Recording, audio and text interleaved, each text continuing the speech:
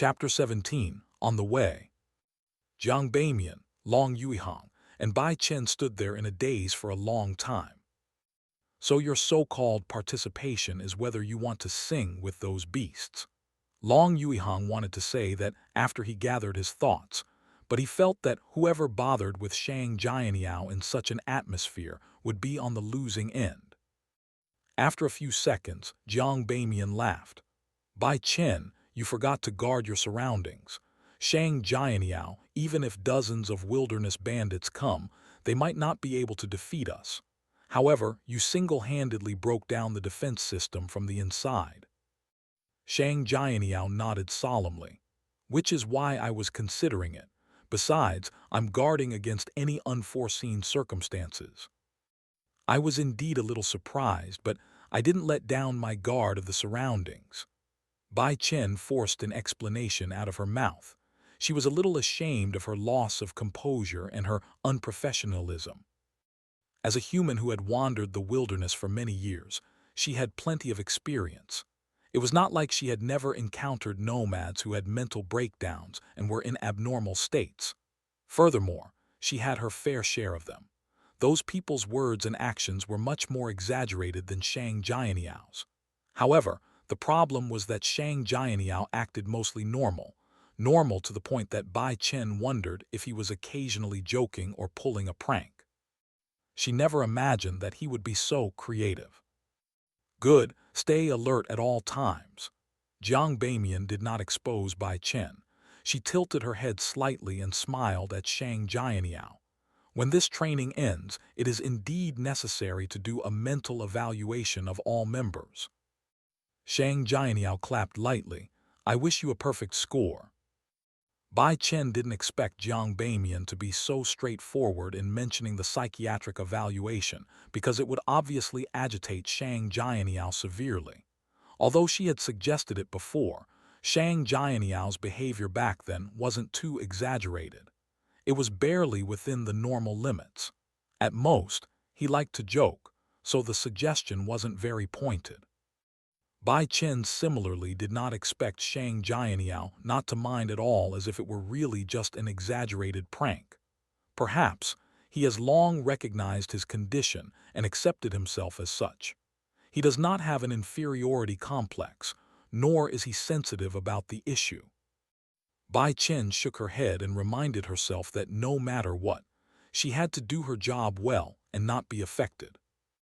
At this moment, Jiang Beimian looked down at the electronic watch on her wrist. All right, let's take turns resting.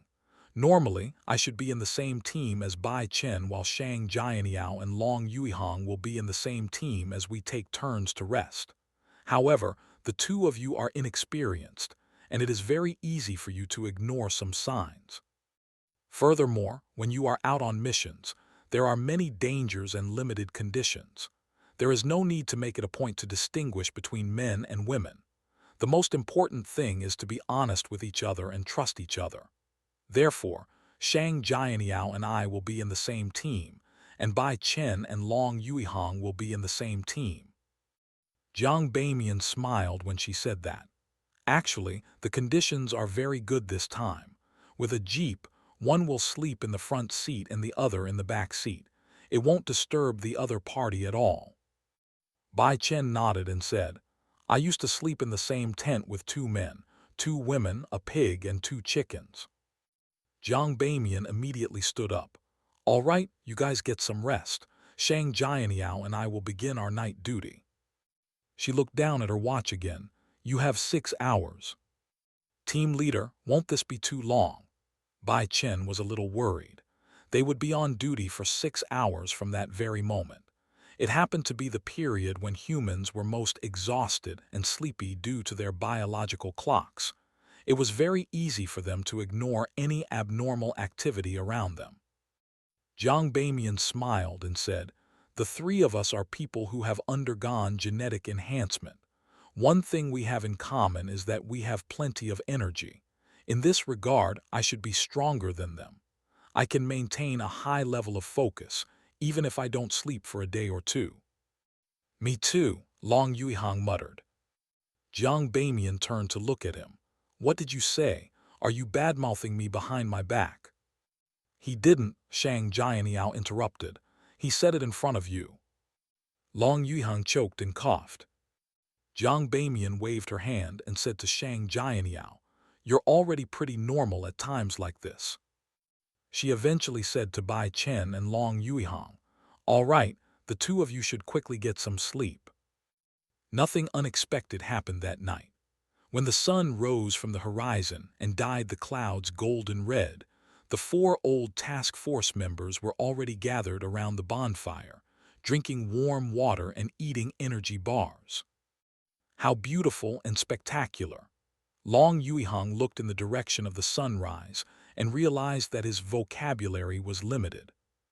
The magnificent scene, the scene that contained infinite vitality, made Long Yuihang and Shang Jianyao, who had come to the surface for the first time, feel as if their bodies and minds had been cleansed.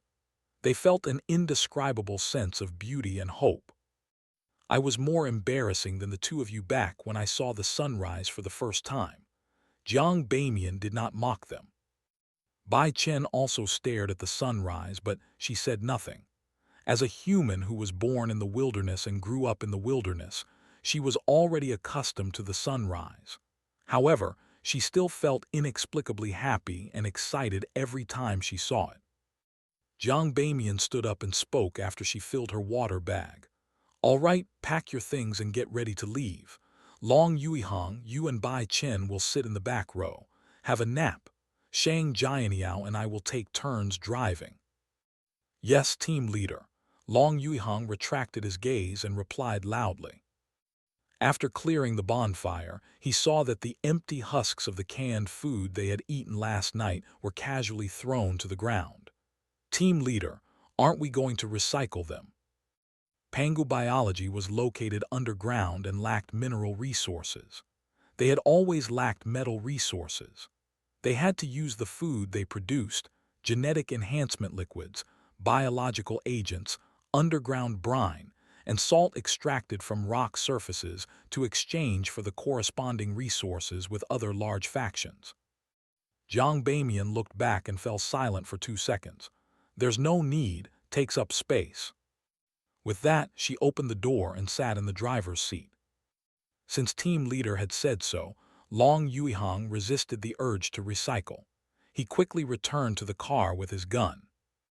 A simulated engine sounded as the grayish-green 4-door Jeep left the clearing with a dense number of solar panels spanning open. They moved away from the small ruins. After a few minutes, a black figure walked out from behind a half-collapsed building and crept closer to the extinguished bonfire. He sometimes paused, using plants and broken walls as cover. Sometimes he crawled, his elbows moving forward alternately. After he confirmed that the 4 people had really left, he suddenly jumped up, rushed to the bonfire, and picked up the empty metal cans. He was wearing a black sackcloth and carrying a rifle. He was about 1.6 meters tall, and his face had no skin or flesh, just silver-black metal.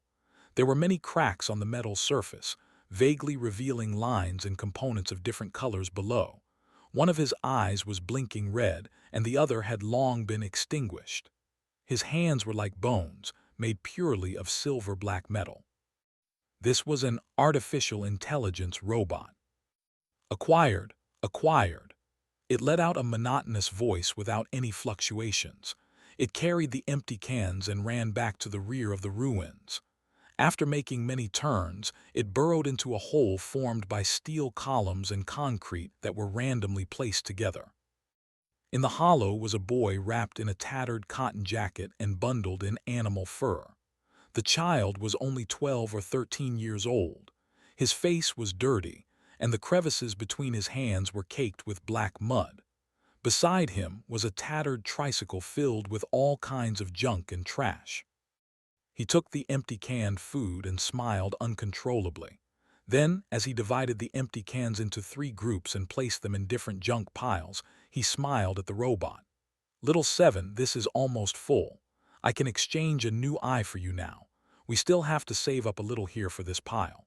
Winter is coming, so we will need to exchange for plenty of food and coal as well as your batteries. I'll exchange this pile when I get back." As he spoke, the boy scratched his head and smiled in embarrassment. "There's almost nothing to eat. I've been eating a little too much lately."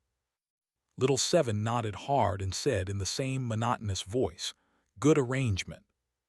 Get in the car quickly. Let's go back to the settlement." The boy sat in the driver's seat of the tricycle. Amidst beeping sounds and a bumpy road, the boy drove the tricycle into the distance amidst the ruins and plants that could barely be considered a path. As he cycled, he spoke to the robot behind him. "Little Seven, do you think Mommy and Daddy will come back after winter ends?" Yes. The Jeep maintained its speed as it continued moving through the Blackmarsh wilderness. When it was almost noon, Bai Chen, who was driving, suddenly frowned after turning a corner. "There's a group of people ahead." Without waiting for Jiang Bamian, Shang Jianyao, and Long Yuihang's response, she added in a deep voice, "They saw us." Upon hearing Bai Chen's reminder, Jiang Bamian, who was conversing with Shang Jianyao and Long Yuihang, turned her gaze to the front. On both sides of the squishy road were abnormally sparse woods. The left woods had the characteristics of a swamp. It was dark and muddy with many mosquitoes. On the right, weeds were everywhere. In the open was a black car dotted with mud. With Jiang Bamian's knowledge, it was naturally not difficult for her to identify it as an SUV. Furthermore, it was obvious that it had been actively or passively modified multiple times. The colors and the feel it gave off in many areas could not be made uniform. 3 people were standing outside the SUV. Some wore old cotton jackets, some wore wrapped nitrified leather, and some were draped in a wrinkled black coat that was obviously too short. In their mouths were crude cigarettes that were directly bundled up with brown tobacco leaves. In their hands were different weapons. There were United 202 pistols, submachine guns nicknamed Storm, and rifles from the Old World. Beside these 3 people were 2 heavy motorcycles. They were black with a red pattern painted on them, giving off a flamboyant feeling. A man sat on each of the 2 motorcycles. The 2 men were still wearing helmets, and they each carried a mini submachine gun.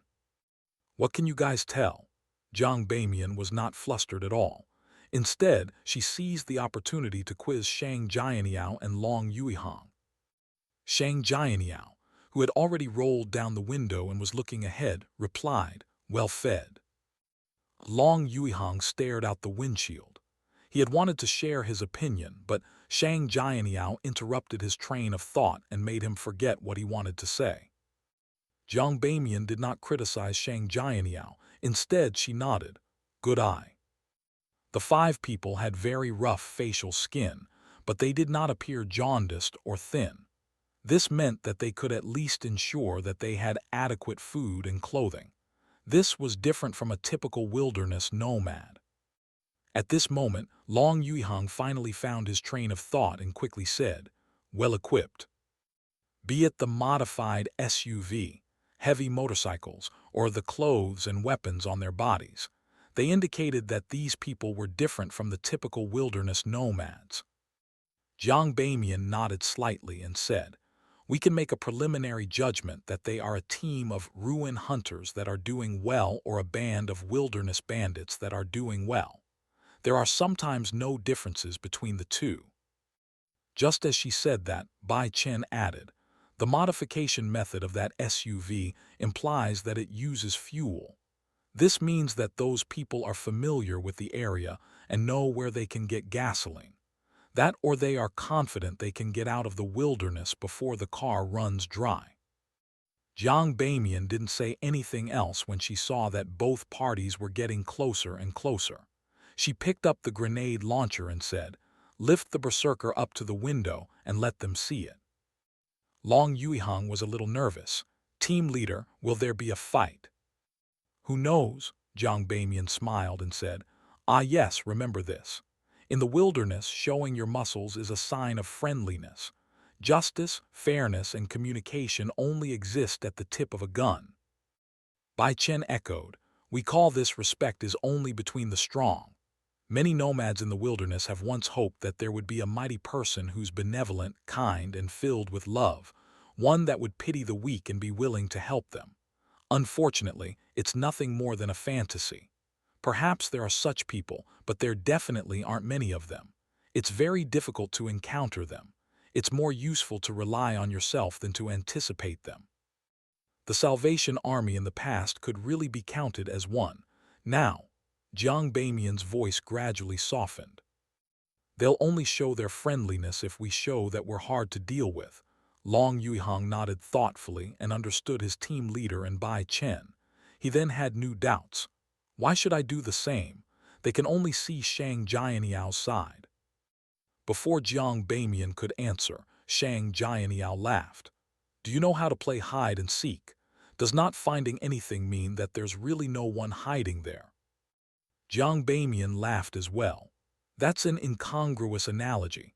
Long Yuihang, lift up the berserker and get ready. It's to shock and awe the enemies that might be hiding in the swamps and protect Bai Chen, who is focused on driving. Also, they might think that the people on this vehicle lack the necessary experience and are prey that can be attacked if you don't do that, even if there really aren't any enemies hiding in the swamps. Long Yuihang came to a realization. I get it. He immediately picked up the assault rifle and placed it by the window that had not been completely rolled up.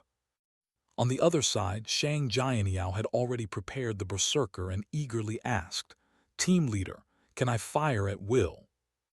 Jiang Bamian chuckled. How bold! The people in front are clearly not easy to deal with. Yes. You can shoot under 3 conditions. Either I give the order or they continue approaching us despite our efforts to stop them. That or they show signs of aiming. As she spoke, the linear distance between the grayish-green 4-door Jeep and the black SUV and the heavy motorcycles was already less than 10 meters. Out of the 5 people there, the 3 with crude cigarettes in their mouths had already raised the firearms in their hands. The other 2 leaned over the heavy motorcycles, gripping the accelerator with one hand and a submachine gun with the other.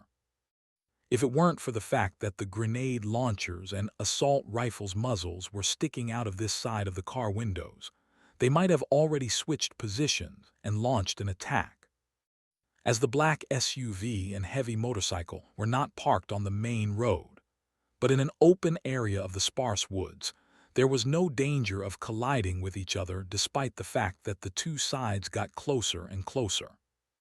During this process, Bai Chen reduced the speed of the car and made the Jeep move bit by bit, preventing the other party from overreacting. Jiang Bamian suddenly shouted, Do you know what anomaly happened deep in the swamp last night? A muscular man in his 30s, wearing a wrinkled black coat and holding a Storm submachine gun, spat out the crude cigar in his mouth and replied loudly, It was too far away. We aren't sure.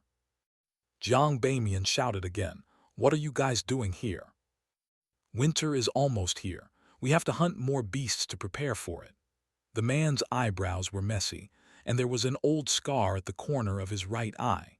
He had a ferocious aura, like a brown bear that had donned human clothes. Without waiting for Jiang Bamian to shout again, the man asked, What are you guys doing here? Jiang Bamian replied, We are ruin hunters. Ruin hunters, the muscular man muttered before suddenly laughing. A few months ago, there was news from the swamp's depths that an unrecorded city ruin had been discovered. Perhaps the anomaly in the swamp's depths last night was related to this matter. Although the 2 matters are several months apart, who can be sure? Hunters, do you want to know the city ruin's general location? You can exchange it for food. He roared so loudly that everyone in the Jeep could hear him loud and clear. Shang Jianyao stared outside attentively as if he would fire at any moment. Suddenly, he asked, Team leader, he shouted too loudly, causing damage to our ears. Do we need to fire at him? There's no need. Jiang Bamian replied to Shang Jianyao before raising her voice. We have military canned food, energy bars, and compressed biscuits. Name a price." The man's eyes flickered slightly. 60 cans of military food. Forget it then. Jiang Bamian seemed to have no intention of bargaining at all and had only asked perfunctorily. At this moment, the jeep had already driven past the black SUV's location. The distance between the two parties gradually increased. The man didn't insist and replied loudly, "I hope there's a chance to make a deal next time." With that said, he maintained his vigilant posture and watched the jeep drive further and further away from his firing range.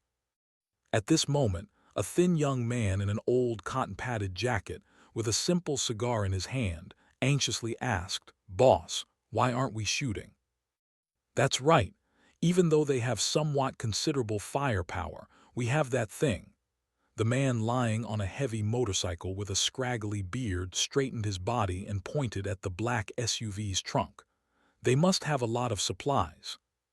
The man shook his head. "No matter what, our losses won't be small. It's not worth it, not worth it at all." The young man in an old cotton coat, who was holding the United 202 pistol, said in confusion, "Boss, humans die for wealth while birds die for food. Besides, isn't it all about who's most ruthless and fiercest in the wilderness? In any case, we might die for no reason tomorrow. Why don't we take a gamble today?" The man glanced at him coldly. "In the wilderness, those who are ruthless and fierce don't live long. There isn't much pure prey here. Most of them are hunters and prey at the same time. If we continue being fearless of harm, we will quickly become prey for others.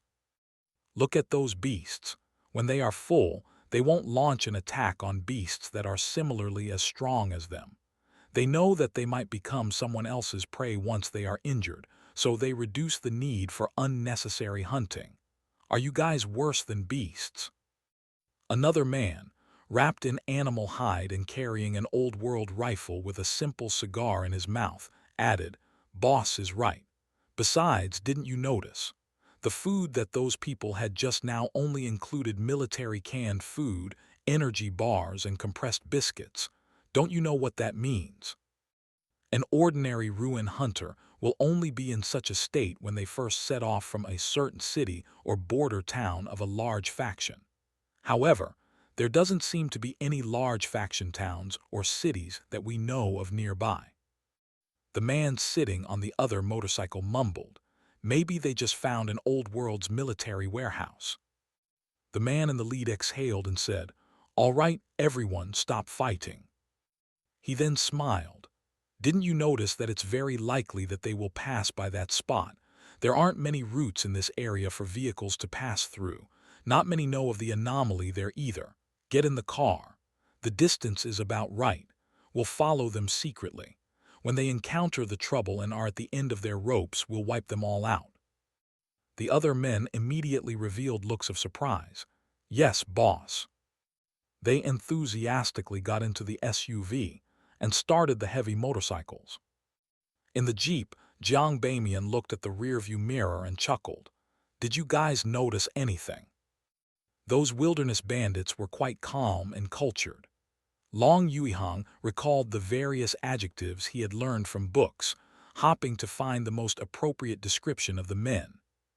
Shang Jianyao retracted his berserker assault rifle from the window. Apart from the leader and the other one, the rest had a strong urge to attack. They are the kind that might fire at any moment. "Not bad." Jiang Bamian felt rather surprised. A person who hasn't experienced many battles and various dangers can actually acutely sense hostility, aggression, and other relatively abstract things. "Talent." Shang Jianyao had a serious expression. Jiang Bamian nodded slightly and said, "It's normal for there to be some mutations during genetic enhancement." She then smiled and said, "Then, what do you think your observations imply?" Shang Jianyao turned to look at Long Yuihang and urged him with a smile, "She's testing you." It means that they. Long Yuihang felt vaguely inspired. However, he felt a little pressured and relatively nervous because this question was raised by someone else and he needed to answer it. Therefore, he couldn't grasp his fleeting thoughts. It means that they have a strong inclination for suicide. Shang Jianyao helped him answer. Long Yuihang couldn't help but ask, "Are you joking?" He then made the connection and grasped the crux of the matter. "I understand. After we revealed our considerable firepower and showed them a friendly attitude, their strong desire to attack means they have high confidence in finishing us off. This cannot be seen from their numbers, weapons, or other equipment. Could they have a secret weapon in their car? Maybe one of them has terrifying strength that can't be seen on the surface. For example, one may have survived genetic modification experiments, or they might have many accomplices hiding nearby." Jiang Bamian tersely acknowledged his answer. "Don't give them time to prepare the next time we meet them." "Yes, team leader," Shang Jianyao and Long Yuihang replied in unison. The jeep continued forward, circling around swaths of dark, muddy ground. It drove into the distance amidst the sparse trees and large patches of weeds that grew abnormally. Shang Jianyao, who was sitting on the right side of the backseat, suddenly straightened his body and took off the ice moss hanging from his belt. This pistol was silver-white in color, and the handle had an anti-slip pattern. It shimmered with a metallic luster under the sun, looking exquisite like a work of art. Shang Jianyao held the gun with both hands and began to dismantle it skillfully, examining every detail. Amidst the orderly and sweet sound of colliding metal, Shang Jianyao pressed the last yellow round into the magazine and completed the restructuring of the ice moss. After loading the magazine, he latched the ice moss back onto his belt and drew his United 202. The body of this firearm was also silver-white, but the grip was embedded with black anti-slip material. Compared to an ice moss, its barrel was thicker, and the details of its various parts were more rugged. After Shang Jianyao repeated his set of actions, he began working on the Black Berserker assault rifle. As a weapon produced by Pangu Biology, this gun had a designed air to it. It was filled with futuristic and industrial styles. After the inspection, Shang Jianyao placed the pure black weapon that shimmered with a metallic luster onto the car window. He lowered his body and aimed at different targets outside. Long Yuihang felt a chill run down his spine as he watched from the side. When Shang Jianyao finally quieted down, he quickly asked, "What are you doing?" Shang Jianyao replied without turning his head, "Getting ready as well as doing drills." Long Yuihang heaved a sigh of relief. "I thought you discovered something. Don't make everyone so nervous." "If I really discovered anything, I'll warn all of you." Shang Jianyao retracted his assault rifle and sat up straight. "Team leader, look." Long Yuihang hoped to get some reason. Jiang Bamian touched the metal device in her left ear and replied with a smile, "What did you say? I didn't hear you clearly." Without waiting for Long Yuihang to repeat himself, she tersely said, "I forgot to remind you that we always have to maintain adequate vigilance in the wilderness. However, there's no need to be overly vigilant. Being too nervous will quickly bring fatigue. All right, let's have lunch. Compressed biscuits, energy bars, and water. There's no need to stop the car." Long Yuihang and Shang Jianyao didn't say anything else. They each took out their food and ate a meal with their water skins. Long Yuihang then replaced Bai Chen and let her eat. After driving for an hour, Bai Chen, who was sitting on the back row's left side, looked out of the window for a long time before suddenly saying, "There's something wrong with this area." Startled, Long Yuihang almost stepped on the brakes. He looked around and realized that this place was no different from the places he had passed previously. The only difference was that the swamp on the left was much more swampy. The deformed trees seemed to be growing from a black quagmire. "There's nothing," he replied in confusion. Jiang Bamian tersely acknowledged it. "It's too quiet." Shang Jianyao thoughtfully looked out of the window upon hearing that. "I haven't seen any animals in a while." Long Yuihang realized something. "Yes, there's really a problem." It was very normal not to see humans in the Black Marsh wilderness for hours, or even a day or two. However, this was a paradise for wild creatures. From time to time, they would see some normal or abnormal animals. For example, squirrels busy stocking up winter food, birds that passed through the sparse forest, or lone wolves that hid in relatively obscure spots and observed the jeep. Bai Chen retracted her gaze and said to Jiang Bamian, "Team leader, let me drive. I'm afraid something might happen in this area."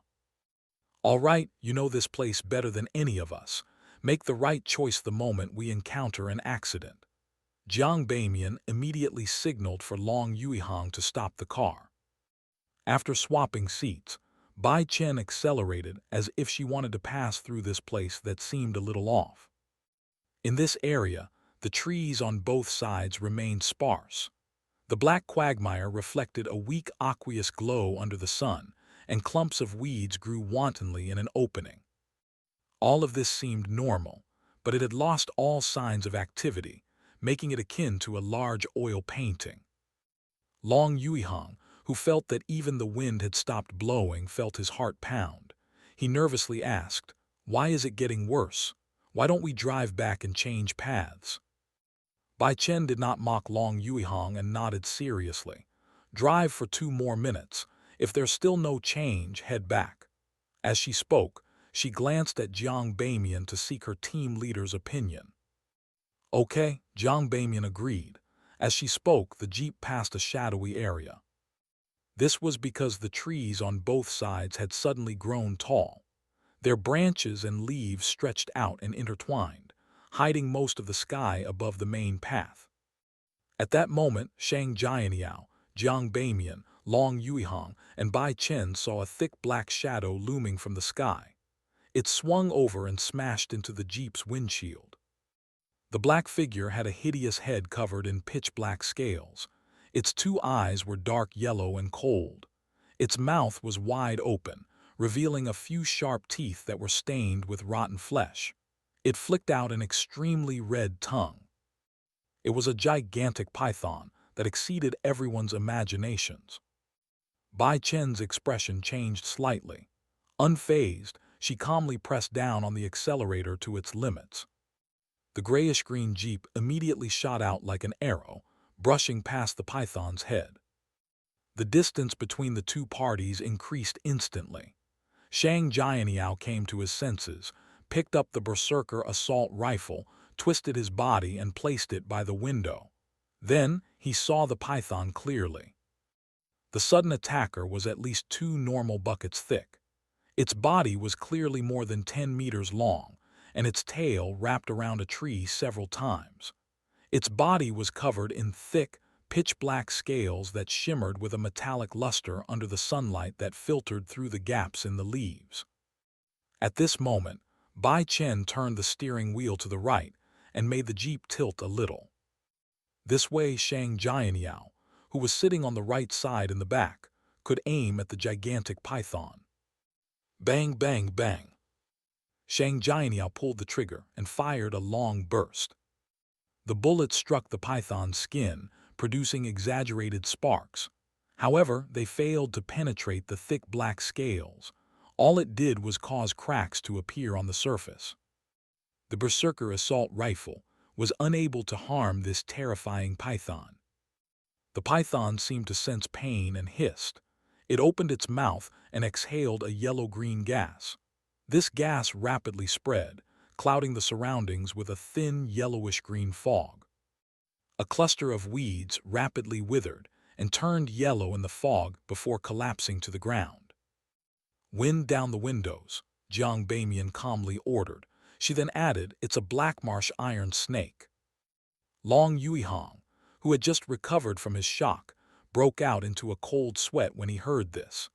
During his training, he and Shang Jianyao had heard Bai Chen mention the monsters with higher danger levels in the Black Marsh wilderness. This included the Black Marsh iron snake. The Black Marsh iron snake was a type of python that had been infected during the Old World's destruction, producing abnormal but stable heredity traits. Their most prominent characteristic was that their bodies were covered in layers of slippery scales that looked like black iron, leaving most firearms useless. In addition, they had poison sacs that could allow them to release highly corrosive venom. These pythons could also create a terrifying poisonous fog that was harmful to plants and animals. When these two factors were combined, the blackmarsh iron snake became a nightmarish creature. Even with a certain number of troops, it was difficult to defend against it without using heavy weapons or special weapons. Furthermore, blackmarsh iron snakes seemed to have the ability to sense danger timely. In other words, when someone hid in the distance and aimed at its weak eyes with a sniper rifle in an attempt to blow up its head, it could react in advance and take evasive maneuvers.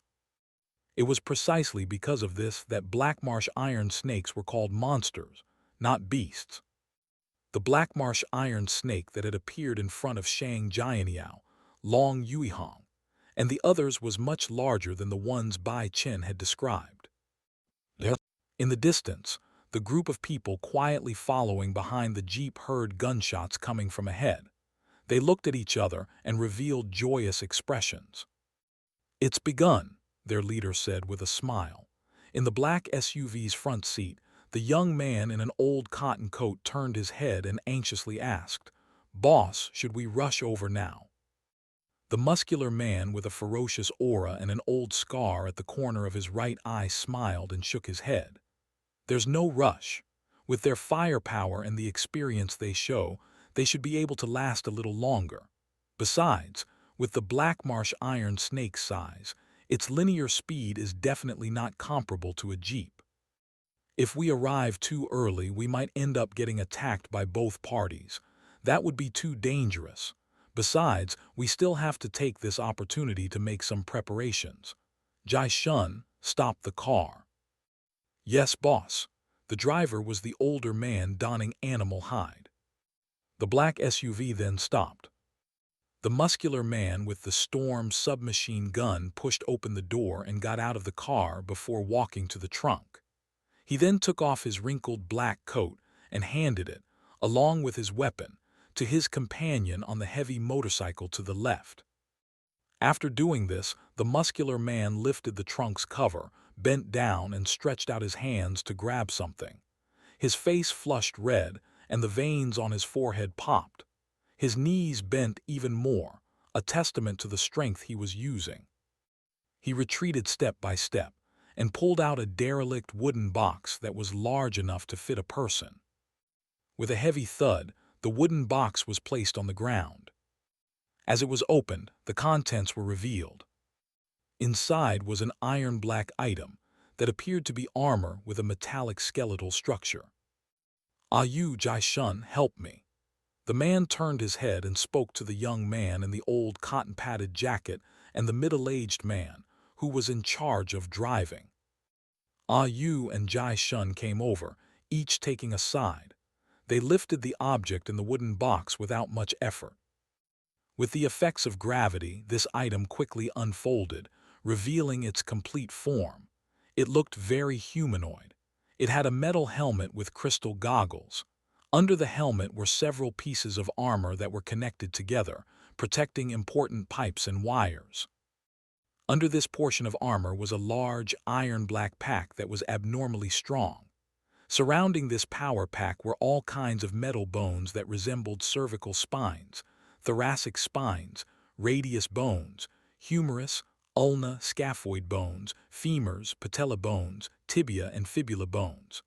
They also had joints with metal buckles and dense arrays of sensors. Among these bones, thick armor was attached to the thoracic spine. A grenade launcher and an electromagnetic weapon were also embedded in each of the arms. This was a military exoskeleton device. Its production capacity had always been lacking. Even among large factions, only the best of the best could be equipped with the device. It was a true killing machine. It could silkily execute a human's actions through a complicated and sophisticated sensor system, allowing the wearer to exceed a human's strength, speed, and balance limits. Not only that, but it was also equipped with a hot weapon system, a precision aiming system, auxiliary combat system, a comprehensive warning system, an anti-poisoning filter system, and bulletproof armor in key areas.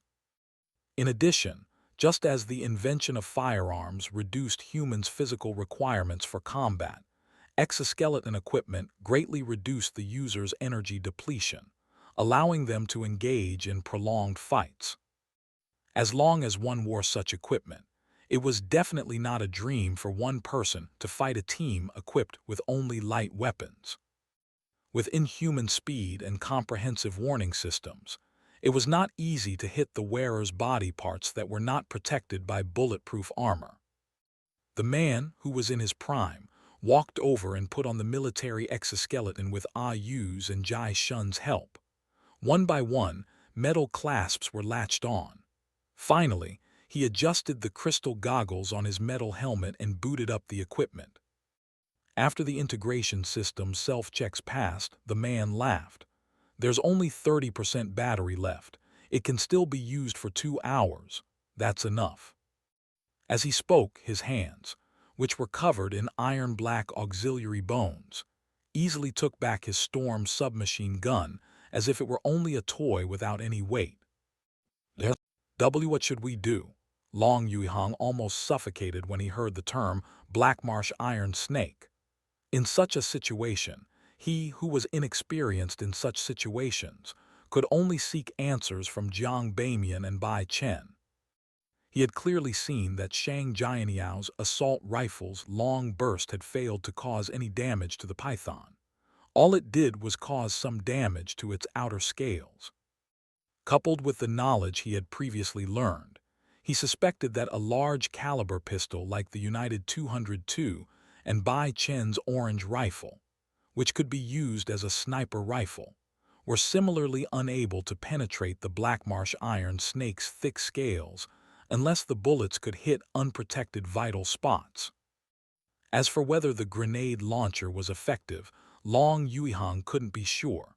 However, he felt that it wasn't going to be useful. After all, the grenade's main source of damage was the explosion and the scattering shrapnel. It wasn't armor-piercing. Jiang Bamian glanced at it through the rear-view mirror. "Let's have a race first. This fellow isn't good at such things.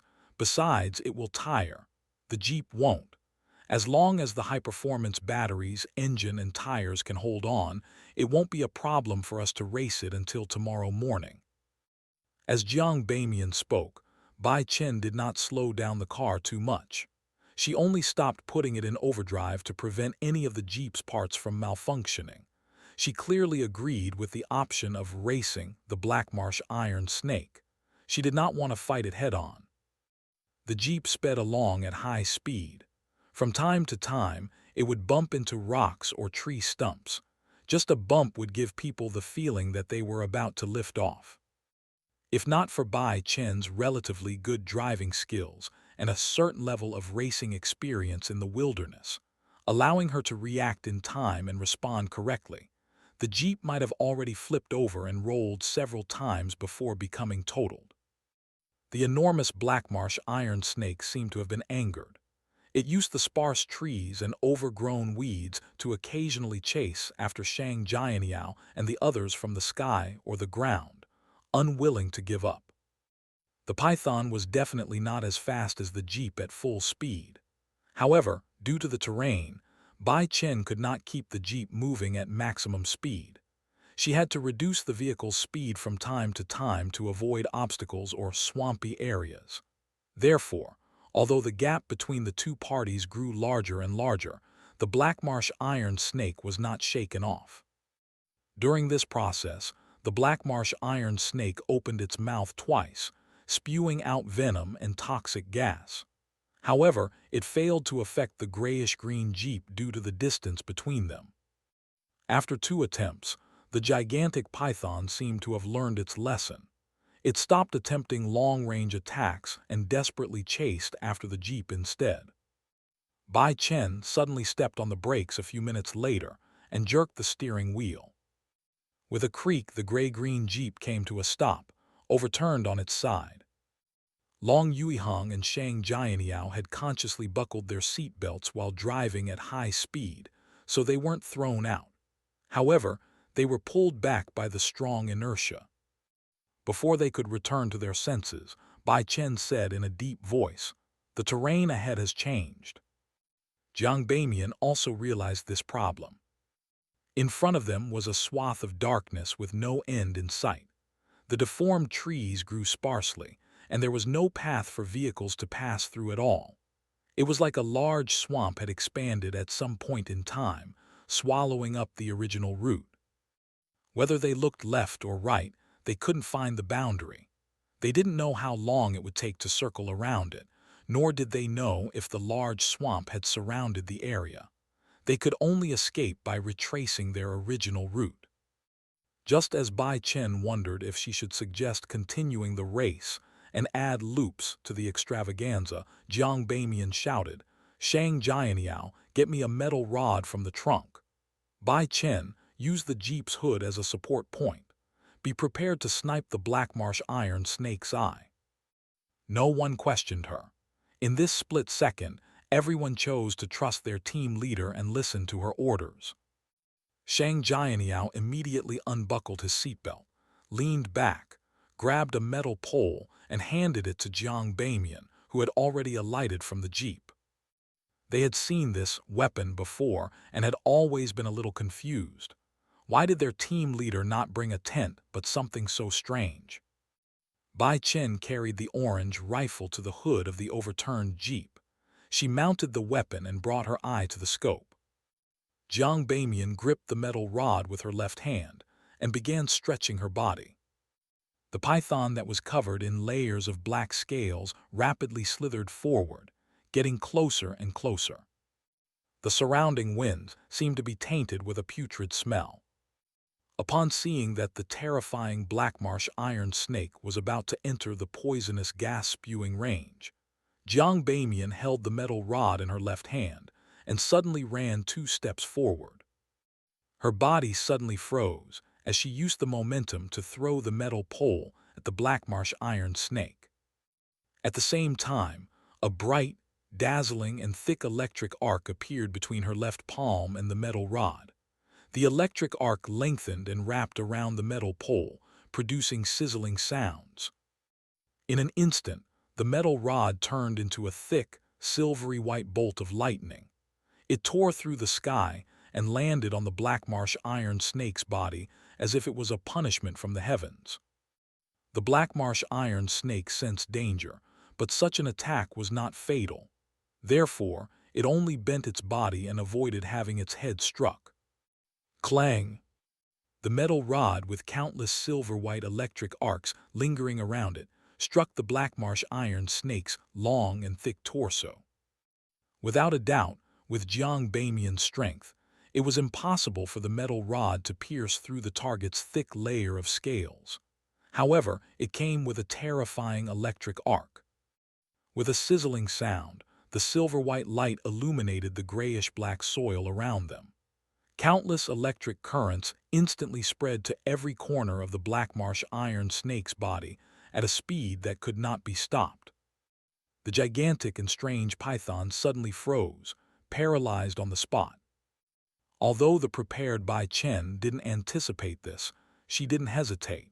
After adjusting the muzzle's direction slightly, she firmly pulled the orange rifle's trigger. Bang! A glistening yellow bullet shot out, heading straight for the black marsh iron snake's cold, dark yellow left eye. The black marsh iron snake sensed fatal danger approaching it in advance, but it could only watch helplessly in its paralyzed, electrified state. It failed to make any attempt at dodging. With a dull sound, the bullet sank into its cold, vertical pupil. It drilled into its brain and began spinning wantonly. The electric bolts quickly subsided. The black marsh iron snake's gaping maw let out an indescribable, snake-like cry. Its body suddenly collapsed as it tumbled around crazily, crashing into and felling several trees. Before long, the gigantic python stopped moving. Jiang Bamian turned her head to look at the confused Shang Jianyao and Long Yuihang. She smiled and rubbed her left arm with her right hand. Electric eel-like biomechanical limb because you're worth it. Not far away from Shang Jianyao and the others, the man in the military exoskeleton suit and his companions heard gunshots and cries. They sensed the slight quakes in the ground and heard the sound of trees collapsing. The man's expression lit up. They've reached the most intense and tragic stage. Now is the time. Charge! The gigantic python's corpse lay quietly in the sparse forest in the direction of the swamps. Its violent and terrifying performance from before seemed to remain fresh in Long Yuihang's and Shang Jianiao's minds. Seeing that they hadn't come to their senses, Jiang Bamian smiled and added, "In the previous accident, I lost not only part of my hearing but my entire left arm as well." "No," Long Yuihang subconsciously shook his head. "I mean, it's settled just like that. The Black Marsh Iron Snake is dead just like that." He had completely forgotten that he had not spoken a few seconds ago or expressed any thoughts. He couldn't help but show his surprise. He found it a little unacceptable that the mighty Black Marsh Iron Snake had lost its life in just a few seconds, even though this was a good thing. Jiang Bamian turned her head to glance at the Black Marsh Iron Snake's twisted corpse and smiled. "Didn't I tell you that, in all the mountains and forests in the wilderness, apart from an extremely small number of living beings, humanity's strongest enemy will always be other humans? Unfortunately, the Black Marsh Iron Snake is not one of those rare creatures. In a sense, the best predators should be humans." Just as she finished her sentence, she suddenly sensed something and turned her head in the direction of the sound. Thud, thud, thud. A muscular man, wearing a military exoskeleton, carried a Storm submachine gun and a light machine gun, led the way, and rushed to the area where the gunshots and cries came from. Behind him, 2 heavy motorcycles protected his left and right flanks. The black SUV trailed slightly further behind. The people inside did not intend to participate in the battle's first wave and only intended to clean up the battlefield. Yu, Jai Shun, and the others were very confident in the military exoskeleton. They felt that their boss alone could easily finish off the Ruin Hunters and the Black Marsh Iron Snake since both parties were injured. Thud, thud, thud. The scene in front of him was reflected in the crystal goggles of the muscular man's metal helmet. The Black Marsh Iron Snake that was thicker than 2 ordinary buckets was covered in thick, pitch-black scales. Its 15-meter-long corpse silently laid by the side of the road. Around the area were fallen trees and the python's blood and brain matter that it had flung out. Tens of meters away, the grayish-green 4-seater Jeep was flipped over. 2 men in gray camouflage clothes stood outside the Jeep. One was standing on the left of the trunk, while the other stood outside the right car door. They both held black assault rifles. The tall woman with a ponytail rubbed her left shoulder with her right hand. She was situated between the grayish-green Jeep and the Black Marsh Iron Snake's corpse. Of course, she was closer to the former. At that moment, the woman had already turned around to look at them. At the front of the Jeep was a long rifle. Another woman was crouching behind it and turning her scope over. Turning over, the blood vessels on the man's forehead throbbed. He ducked without a thought. With the exoskeleton's help, the man instantly jumped up and leaped 7 to 8 meters to the right. Bang! Bai Chen pulled the trigger, and a bullet flew out, passing through the spot the man was in a second ago, and hit a tree trunk in the distance. As the man jumped, he realized what had happened. He was momentarily shocked and regretful. Why aren't they injured at all? The Black Marsh Iron Snake died just like that. They finished off the Black Marsh Iron Snake so quickly and even had time for a chat. How did they do it? If not for the comprehensive warning system, I would have died. I wouldn't have been able to react in time. As his thoughts raced, the man quickly made a decision. Even if the other party could easily kill the Black Marsh Iron Snake and showcase their terrifying strength, he had to charge forward and complete the firepower suppression. With the military exoskeleton, It would not be a problem for him to turn tail and run at this moment. However, Ah Yu, Jai Shun, and the rest would not be able to escape. Furthermore, he did not believe that he was necessarily better than the Black Marsh Iron Snake while wearing a military exoskeleton. His speed and reaction speed might exceed the snake, but his strength and resistance were far inferior. Even the Black Marsh Iron Snake had been easily dispatched by the group of people opposite him. Could he definitely escape while wearing his military exoskeleton? As soon as his feet touched the ground, he immediately raised the light machine gun in his hand and fired it in a sweeping manner. Ta-ta-ta. The muddy ground splattered as bullet holes appeared in the grayish-green Jeep's door.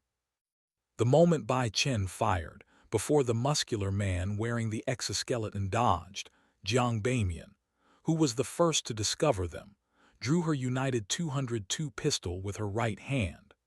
The muscles on her legs tensed up as she darted towards the Black Marsh Iron Snake's massive corpse like a cheetah.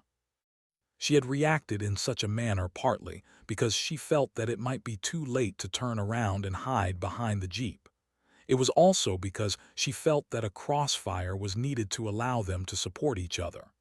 In addition, the Black Marsh Iron Snake was much more bulletproof than the Jeep. Unfortunately, the electricity in her artificial limb needed to be conserved. It would also take some time before she could use the limb again after utilizing a maximum charge once. Thus, Jiang Bamian could only think of other ways to deal with the enemy now.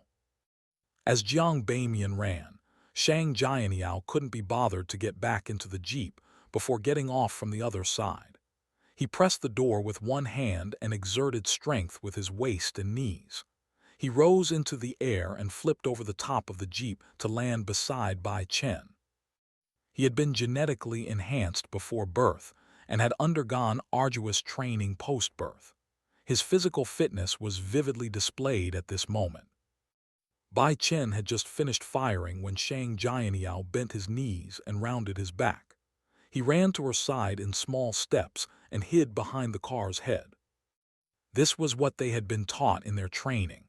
In a gunfight, if one wanted to use a vehicle as a wall to protect oneself, one had to choose the vehicle's front part since it was installed with all kinds of equipment. It was very easy for bullets to pierce through other parts of the vehicle, and they would not pose much of an obstacle.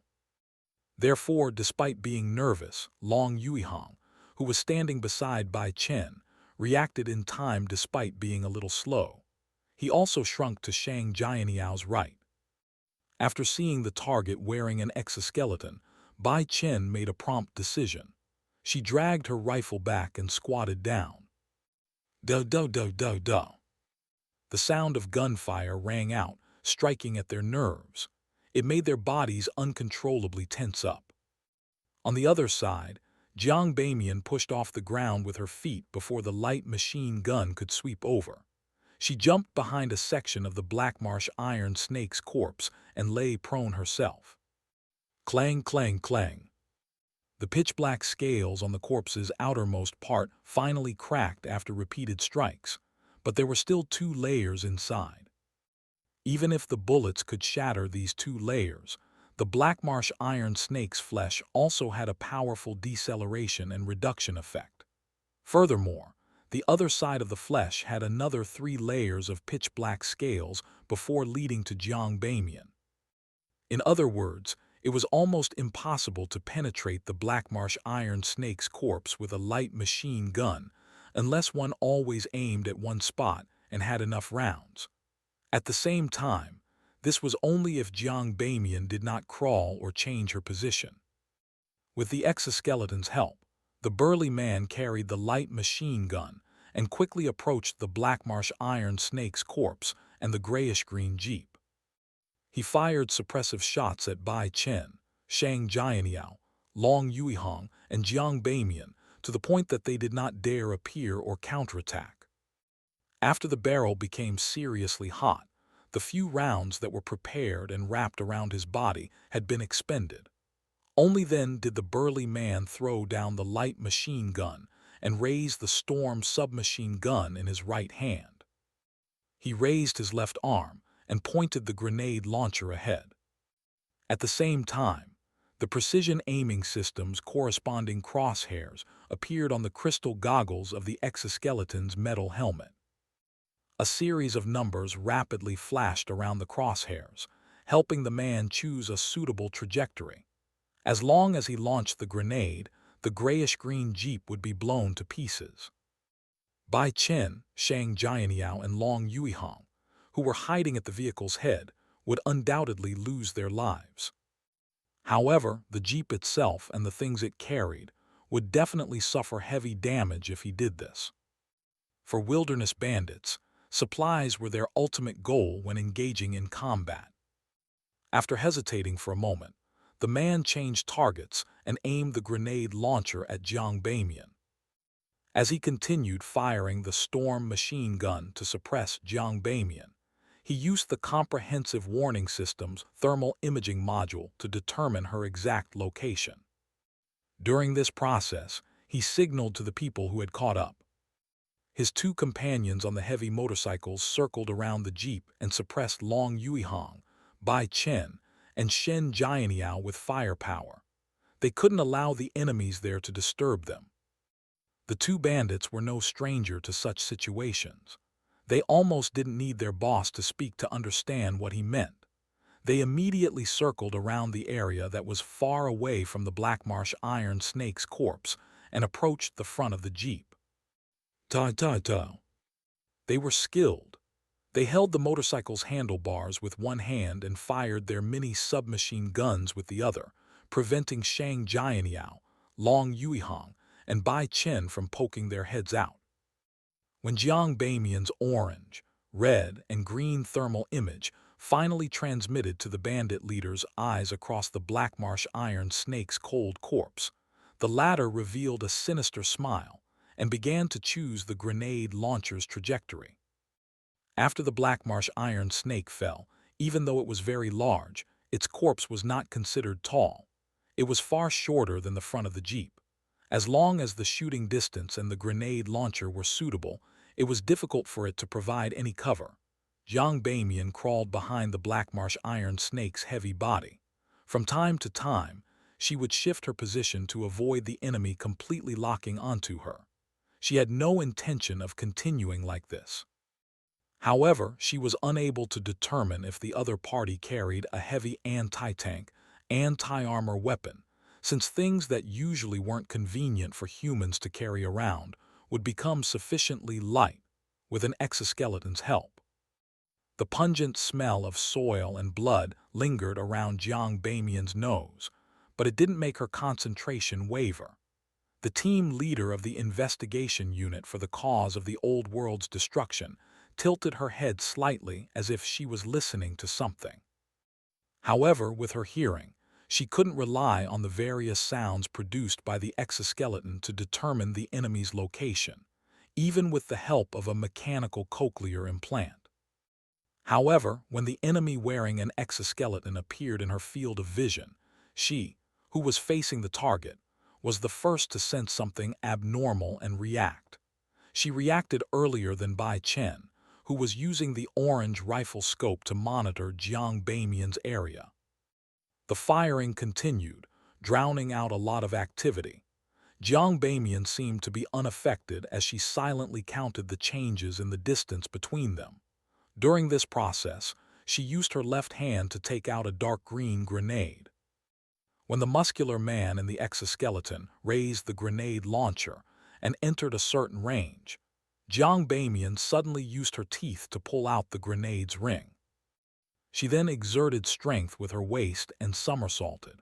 Under the premise that she did not escape the Blackmarsh Iron Snake corpse's protection, she abruptly threw the grenade at the target. In addition to producing, storing, and releasing electric currents, her electric eel-like prosthetic limb also gave her extraordinary strength that exceeded that of humans. Pangu biology was one of the best at doing such modifications. Boom! A blazing fireball spread out violently with a shockwave, engulfing the area. However, the muscular man in the military exoskeleton had already received a warning beforehand. He jumped more than 20 meters away in advance and perfectly dodged the explosion. Even if he didn't dodge, he had plenty of time. With the precision aiming system's help, he could use the Storm submachine gun to blast the grenade apart. However, he didn't know what kind of grenade it was. Out of fear of an accident, he eventually gave up on the option of staying put and attacking by force. Jiang Bamian seized the opportunity to stand up and high kneel behind the Blackmarsh Iron Snake's corpse. She held the United 202 pistol in her right hand and fired at the target repeatedly. Bang, bang, bang. The 11.18 bullets whizzed out and headed straight for the muscular man in his military exoskeleton. The targets were key areas without armor or auxiliary bone protection. Although she did not have help from a precision aiming system, Jiang Bamian's marksmanship was not inferior to the other parties. This made the enemy have no choice but to rely on his exoskeleton equipment to dodge continuously, not daring to stop. This made a cold sweat break out on the man's forehead. He couldn't believe that his opponent's every shot didn't miss, not giving him a chance to counterattack at all. If not for the fact that he was wearing a military exoskeleton and had the comprehensive warning system's help, he didn't think he could have dodged the barrage of attacks. She was a real sharpshooter. The employees who had undergone genetic enhancement in Pangu biology all had good firearms talent. However, some were better, some were average, and some were relatively weak. Among them, Jiang Bamian was the best among the best. Be it Shang Jianyao or Long Yuihang, they were all inferior to her. At the same time, she did not give up on her training. Bang, bang, bang. For a moment, Jiang Bamian used the United 202 pistol to suppress the exoskeleton-wearing enemy. The only thing she was worried about was that the bullets in the magazine were almost empty. Unlike the Berserker assault rifle, there was no way to rely on technology to replace the magazine seamlessly. The other party was not a normal enemy either. As long as a slight opening appeared, he could immediately counterattack and not give her a chance. On the other side, as the roar of the heavy motorcycle engines approached, Bai Chen placed the orange rifle to the side and aimed at the space under the Jeep's high-bottom plate. She crouched there with her back against the front of the car. In front of her was a small mirror that she had placed at some point in time. This mirror was like a rear-view mirror, informing Bai Chen of the situation around the cramped area while she couldn't show her face. Then Bai Chen quickly said, "Suppress the other two for me," and hurried them to the side. With that, she took off her coat and violently threw it into the air. Ta-ta-ta. The gray shirt with a hint of camouflage was riddled with several bullet holes. Bai Chen rolled over to the car door and lay prone there, gripping the orange rifle again. The next second, she aimed at the enemy wearing the exoskeleton through the underground space and fired at his ankles from an angle he didn't expect. Bang, bang, bang. The man was just about to counterattack Jiang Bamian when he sensed additional danger and could only continue dodging. Not bad, Jiang Bamian thought to herself. She was very satisfied with Bai Chen's combat acuity, decisiveness, and risk-taking spirit. She seized the opportunity to throw down the United 202 and swap to her ice moss. At the front of the Jeep, while Bai Chen provided Jiang Bamian with firepower support, Shang Jianyao had already taken off the Berserker assault rifle he carried and placed it beside Long Yuihang. "Suppress them and herd them to the side," he repeated. Herding the two heavy motorcycles to the side was to prevent the enemy from aiming at the car doors. If that happened, the bullets could easily pass through the Jeep door and have a high chance of injuring Bai Chen, who was lying prone below the door. Long Yuihang was very nervous. Fire, Shang Jianiao's expression was slightly contorted.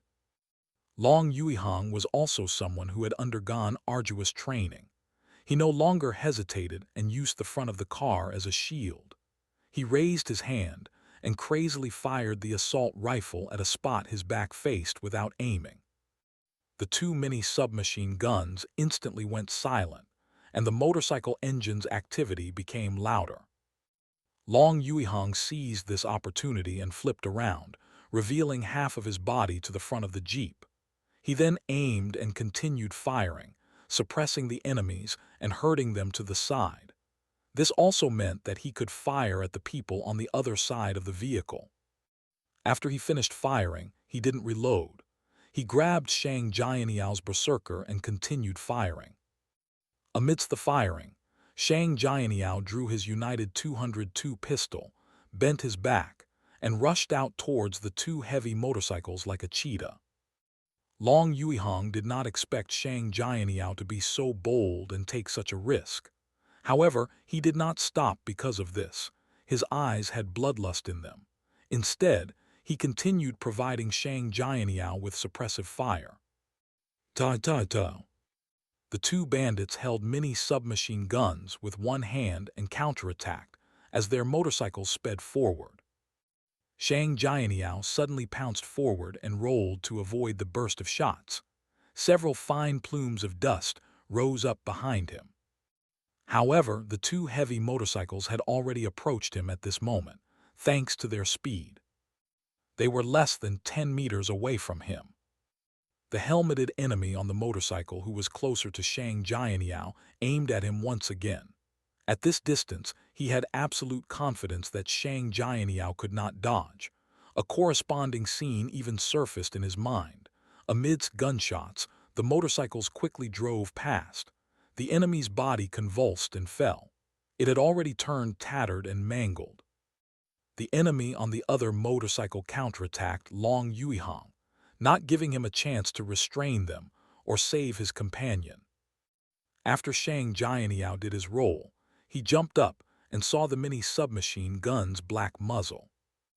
The enemy wearing the helmet didn't hesitate to squeeze the trigger with his finger. Suddenly, his body stiffened and his movement stopped. A large amount of sweat dripped from his forehead and back. He realized that he had forgotten how to pull a trigger.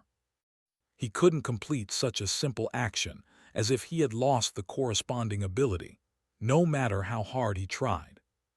How am I to complete the shot? At that moment, this ridiculous thought surfaced in his mind. Shang Jianyao's eyes darkened as he seized the opportunity. His expression was cold as he raised his arm and pulled the United 202 pistol's trigger. Bang, bang, bang. One bullet struck the target's body, another struck the target's neck, and the last one struck the motorcycle. A hideous wound appeared on the enemy's neck. A large amount of blood gushed out and splattered into the distance. The bandit's body swayed before he fell from the motorcycle with a thud. The heavy motorcycle, which had lost its driver, continued racing forward for more than 10 meters before crashing to the side. It left the ground slightly trembling, stirring up a large amount of dust. Shang Jianyao did not stop. His wrist moved slightly, and he aimed at the other enemy, the one shooting at Long Yuihang. Bang, bang, bang. One of his bullets burrowed into the heavy motorcycle's gas tank, while the two other shots hit the target's torso at the same time. Shang Jianyao's talent with firearms was considered above average among genetically enhanced humans, so his accuracy wasn't bad. Boom! The heavy motorcycle fell to the ground and exploded for various reasons. A gigantic crimson flame rose and wrapped around the enemy on the motorcycle, making him scream, twist, and twitch before falling silent. The muscular man, who was wearing the military exoskeleton, turned his head when he heard the sound, and his eyes reddened. Shang Jianyao did not look him in the eye. He ran frantically, did a roll, and returned to the front of the jeep. The muscular man roared. He no longer cared about the energy depletion and the burden on his body. He went into overdrive and utilized his exoskeleton's powerful mobility. He ran, jumping in the process, and desperately rushed towards the jeep. This was completely different from his previous cautious approach. Bang, bang, bang. Jiang Bamian's and Bai Chen's shots failed to hit the other party's vital spots. At most, the bullets only created a few scratches. The strength of a military exoskeleton was evident. Bang! The muscular man rose into the air and landed on the Jeep's hood heavily. He then aimed his Storm submachine gun, grenade launcher, and electromagnetic weapons, muzzles, at the three people below. At the same time, Bai Chen, Long Yuihong, and Shang Jianyao had aimed at him. Despite being angry and willing to take risks, the muscular man still had basic reasoning. He had never considered taking revenge for his two companions at the risk of his life. According to his plan, he would use the exoskeleton's powerful leg strength to jump high again after landing on the Jeep's hood, dodging the life-threatening shots from the enemies in front and behind him. He would then fire a grenade from the sky, blowing up the woman and two men hiding near the Jeep's head. During this process, he could also fire the submachine gun in midair so that he didn't miss a single target. He would then activate the exoskeleton's simple jetpack and forcefully change directions in the air, not giving the enemy hiding around the Blackmarsh Iron Snake's corpse a chance to counterattack. Just as the muscular man bent his knees slightly and was about to jump up, a strong thought suddenly flashed across his mind. No, I won't. He felt that he had to beat the enemy, who had riddled his companions' faces with holes resembling a beehive, face to face, and watch them die in horror and regret. Only then could he vent the anger in his heart. Only then could he truly help his companions take revenge. Jumping up and delivering a sweeping shot from above was the behavior of a coward. There was no sincerity. A real man had to kill the other party head-to-head against each other. This thought quickly turned into an uncontrollable urge, making the man instantly abandon his original plan. Of course, he did not lose his rationale completely. Wearing the iron-black exoskeleton, he suddenly crouched, bent his waist, and tipped his upper body down like a giant. This way, the two men and woman hiding at the Jeep's head would face his metal helmet, chest armor, and the spots where he was covered with an auxiliary exoskeleton. Only a few attacks could hit his unprotected body this way. The next second, he saw his target's eyes that seemed to be darker than a normal person's. Shang Jianyao did not put on a brave front. He gave up on aiming as he ducked to the side and continued rolling. Zhang Bamian, who was behind the muscular man, found his actions and posture perfect. She didn't even think before instinctively pulling the trigger. Bang! A glistening yellow bullet traversed a distance around 20 to 30 meters, grazed past the iron-black auxiliary exoskeleton, and drilled into the area where the muscular man's spine intersected with the power pack at a skewed angle. This completely matched the point that Zhang Bamian was aiming at. It was like shooting an immobile target. For a sharpshooter like her, this wasn't difficult at all. It wouldn't be a problem even if the distance was increased by 20 meters. With a dull sound, blood bloomed from the man's back. Amidst the intense pain that almost numbed him, he snapped out of his daze. He couldn't believe that he had been so unreasonable at the critical moment and made the worst possible choice. Bang, bang, bang. Zhang Bamian's second bullet arrived on schedule. Bai Chen's burst of bullets also sank into the muscular man's abdomen. Long Yuihong's continuous shots were blocked by the metal helmet and chest armor, preventing him from harming the enemy. The man knew that he could not escape, and his expression immediately turned grotesque. As his thoughts raced, he prepared to launch the grenade launchers and fire crazily, a suicidal attack to kill all the enemies in front of him. However, he couldn't pull the trigger no matter what. Even someone who had never learned how to shoot wouldn't have taken such actions at that moment, as long as they had some general knowledge. His hands seemed to have died one step ahead of him. Clang!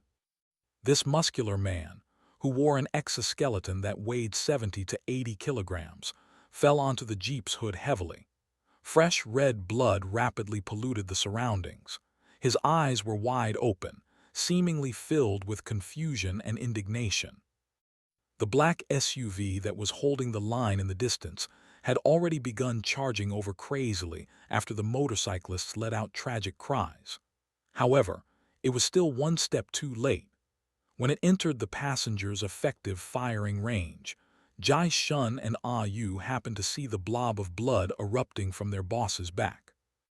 Ah Yu roared and stretched half of his body out the window in an attempt to find the enemy and kill them. At that moment, the bandit's boss fell down with abnormal weight, causing the jeep to shake visibly.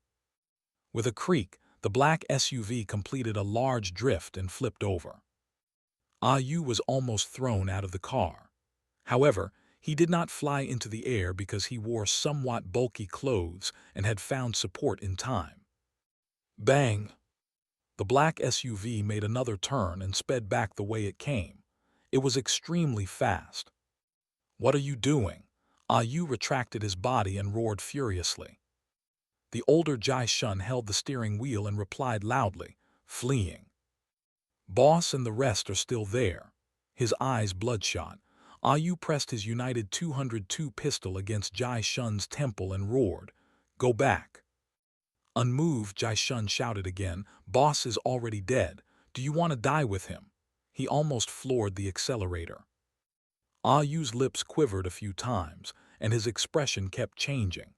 After staying stiff for a while, he suddenly swung his arm back and threw his body heavily into the passenger seat. "You fucking coward," he shouted angrily. "I'm a fucking coward too." His voice trailed off, his face covered in tears. Jiang Bamian swapped the magazine of her 9mm Moss and sighed with emotion as she watched the black SUV disappear into the distance. Wow, they sure ran fast. It was a pity that she did not bring the grenade launcher with her when she alighted from the jeep. Otherwise, she could have tried launching fireworks at her fleeing enemy. In the jeep, Long Yuihang had already emptied his gun. He stopped, bent his back, and panted heavily. His eyes were unfocused and dazed. His entire mind seemed to have entered a world that was isolated from the outside world. Bai Chen held the orange rifle and looked around. She only heaved a sigh of relief when she saw that there were no other enemies. Her expression was relatively calm, as if what had just happened was only a part of her daily life. She would experience it once in a while, so it was not worth wasting too much of her emotions on it. She had seen the grenade launcher that Jiang Bamian had placed in the passenger seat, but she had confirmed that the muscular man was dead. There was no need for her to fire again. The black SUV had already fled very far. Due to lacking proficiency with grenade launchers, it had lost its value for Bai Chen to attempt attacking. "There's no need to waste a grenade." Bai Chen retracted her gaze and looked at Shang Jianyao, who was 7 to 8 meters away.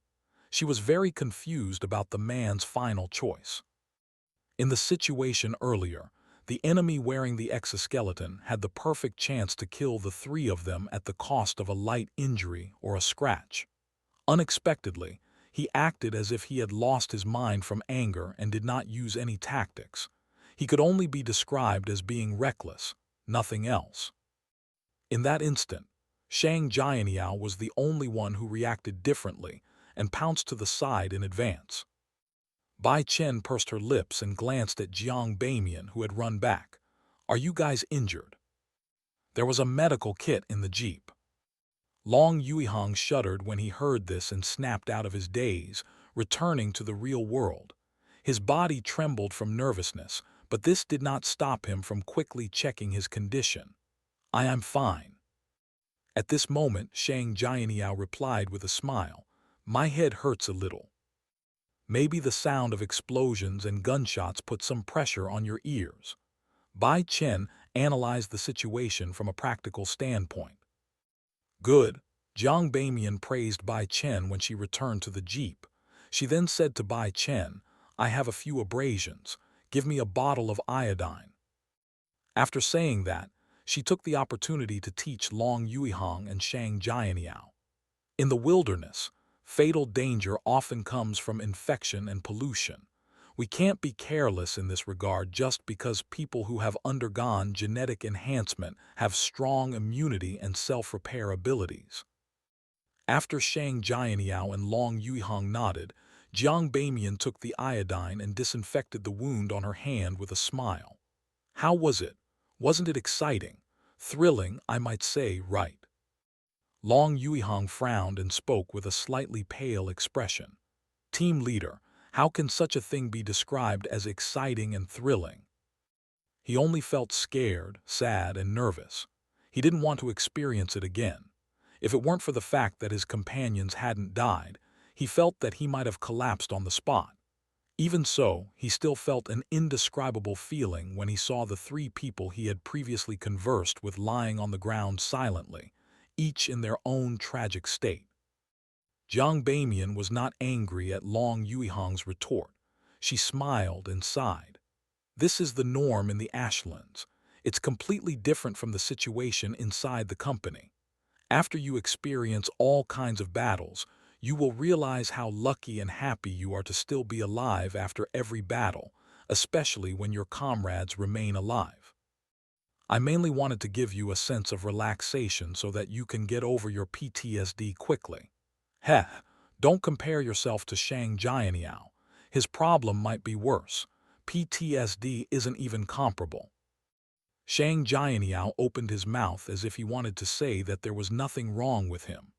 At this moment, Bai Chen had already pushed the exoskeleton-covered corpse off the engine hood, causing a heavy thud to sound. Bai Chen then opened the hood and checked the vehicle's situation. Several bullets were jammed in the front of the Jeep.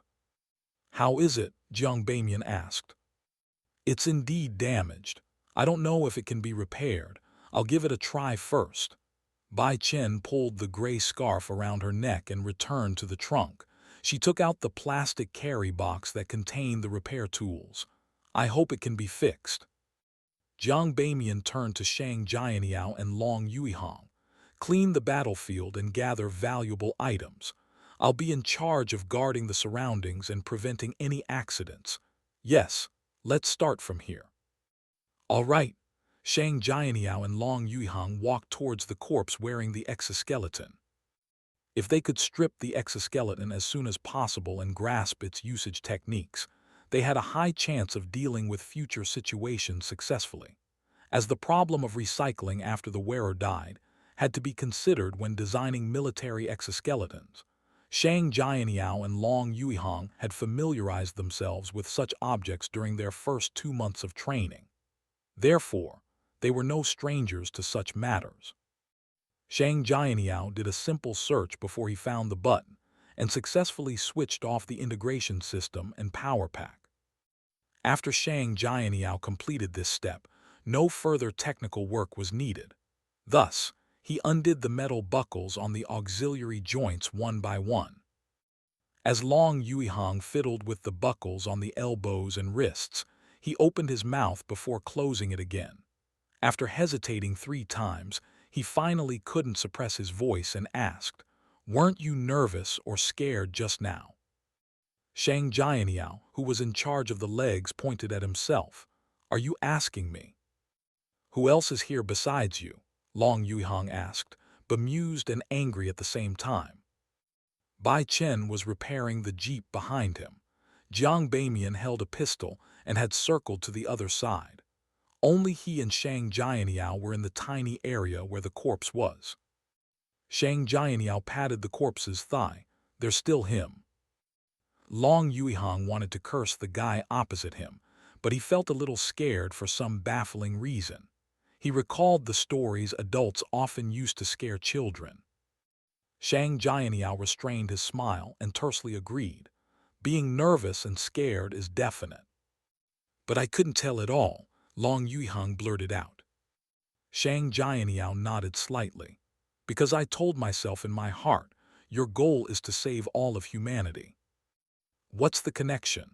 Long Yuihang felt that he was already used to Shang Jianyao's occasional brain spasms. "I mean, why aren't you scared or nervous any longer?" Shang Jianyao replied solemnly, "On the way to achieve this goal, sacrifices are inevitable." At that moment, Long Yuihang didn't know if Shang Jianyao was normal or not.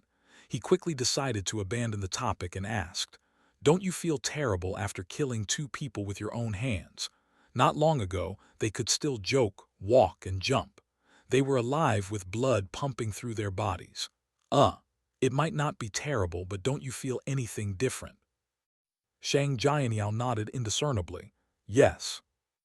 Long Yuihang heaved a sigh of relief for some reason. Shang Jianyao continued, "I wanted to fire 2 more shots." "Why?" Long Yuihang gave up trying to keep his train of thought in sync with Shang Jianyao. Shang Jianyao glanced at him and cast his gaze at the jeep behind him. "We never thought of robbing them, hurting them, or shooting them. Yet they had ill intentions towards us from the beginning. They tracked us all the way here and attacked us the moment they had the chance. If we hadn't acted with outstanding results and they made an additional mistake, we would be the ones lying here now with our corpses being searched. Do you think they would feel anything special about this? No, they only know how to sing, spit on us, eat our energy bars, eat our compressed biscuits, eat our military canned food, and cook hot pot with the black marsh iron snake we killed. How can that be tolerated?" The described scene instinctively flashed across Long Yuihang's mind, reminding him of the intense hunger he had endured since he was young. He immediately flew into a rage. "No way." After answering, he immediately deflated like a basketball that hadn't been pumped in a long time. "However, I still don't find it comfortable." When Shang Jianyao heard this, the corners of his mouth slowly rose, revealing a slightly exaggerated smile. "This is the Ashlands. Get used to it." "But you make it sound like this isn't the first time you've come to the surface." Long Yuihang muttered and started busying himself. Before long, they opened up all the metal clasps and took off the military exoskeleton from the corpse. Jiang Bamian had returned to the jeep at some point in time and thoughtfully said, "Long Yuihang, give it a try and see if you can drive it." Such things always made some men fervent with passion, and Long Yuihang was one of them. He couldn't care less that blood was still on the exoskeleton, and he quickly urged Shang Jianyao to help. With Shang Jianyao's help, he adjusted the auxiliary bone's length, put on the power pack, the iron-black helmet, and locked the metal clasps in place. After the integration system had completed its self-checks, Long Yuihang shot a glance at the indicator and quickly reported, "There's still 23% battery left. It says it can last 1 hour and 55 minutes." Jiang Bamian raised her left leg and pointed at the man's corpse with the tip of her foot. "Don't believe that. It will only last that long in a situation when you maintain normal operation and only do the basics. If you want to fly, burrow, and jump like how this person did earlier, I estimate that it will last half an hour at most with all the systems operating at maximum capacity." Okay, Long Yuihang began doing all kinds of basic actions. After a series of maneuvers, he said in surprise, "Team leader, this is much more useful than the one we use in the company." Jiang Bamian chuckled. "That is because our company is the one making replicas. Think about what kind of capabilities our biological company can have with machines and electronics." "That's true." Long Yuihang excitedly tested the military exoskeleton's other functions.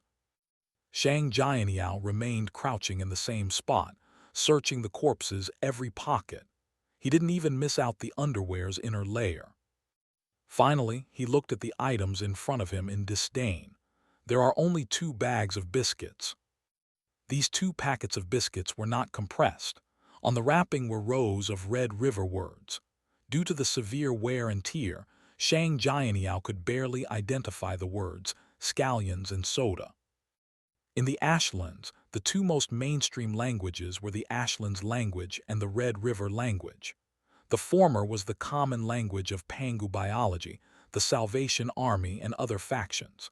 The latter was mainly used in the Red River Zone and the factions closest to the Red River Zone. This included First City, the White Knights, and the Orange Company.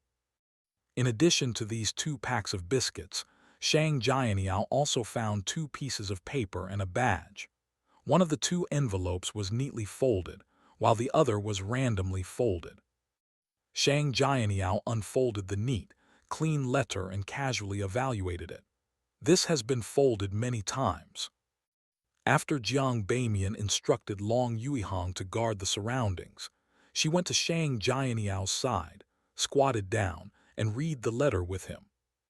This letter was in the Ashlands text.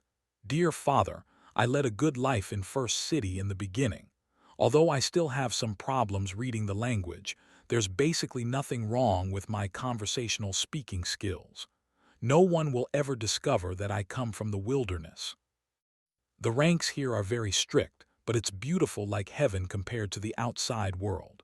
As long as you follow their rules and obey people of a higher ranking than you, find your own social class and status, you can lead a smoother life. You don't have to worry about my studies. With that person's help, I've already been transferred to a formal school. As long as I graduate successfully, I can get rid of my slave status and become a citizen. I wonder if there's still enough food in town. Although it's still summer, I heard from my classmates that winter will be especially torturous this year. I don't know where their judgment comes from, but I feel it's necessary to tell you so that everyone can make some preparations as soon as possible. Even if it's a rumor, I'd rather believe it than ignore it. You previously said that you became a ruin hunter. This is a good thing. Compared to being a bandit, this occupation is clearly safer. Of course, it's also very dangerous. Don't go to the newly discovered city ruins, and don't go to the city ruins that few people return from. Also, don't be a bandit any longer, even though it's the fastest way to bring back winter food to town. I will try to find merchants in the city who dare smuggle food, but I don't have the confidence or the resources to exchange for them. I only hope that I get an opportunity from the descendants who introduced me to the Senate elders. Finally, I hope that you will always be healthy. I hope that the famine won't come. I hope that Uncle Jai Shun, Uncle Jinfeng, Ah Yu, and Kaian Inning will lead a good life. I hope that they will all be able to bring back enough food for their families. I hope that everyone can wait for the Senate's approval until the day they join First City as citizens, not slaves. Also, that person is very good to mother. There's no need to worry about her. Your baby and Jai. After reading it, Jiang Bamian and Shang Jianyao didn't speak for a long time. This is the Ashlands. After a while, Jiang Bamian laughed self-deprecatingly. Shang Jianyao replied in a low voice. He has read this letter no fewer than 20 times. He could make a judgment based on the letter's creases and the paper's condition. Jiang Bamian wanted to tell Shang Jianyao that there was no need to feel guilty about fighting to the death in such a skirmish. However, she suddenly recalled something and could only pat Shang Jianyao's shoulder. Everyone has 2 sides, sometimes even more than 2. They're completely different to a child and to a stranger. As a stranger, you don't have to care about what happens to that child after he loses his father. You just have to be thankful that you're still alive. I know what you're thinking. I've also heard some rumors, and I can tell you with certainty that our company's people will not be reduced to wilderness bandits of such a level. If we want to plunder, we will only plunder an opposing faction's supplies and transport team. Shang Jianyao didn't say a word. He folded the letter and stuffed it back into the muscular man's inner pocket. He then unfolded the other letter, a crumpled one.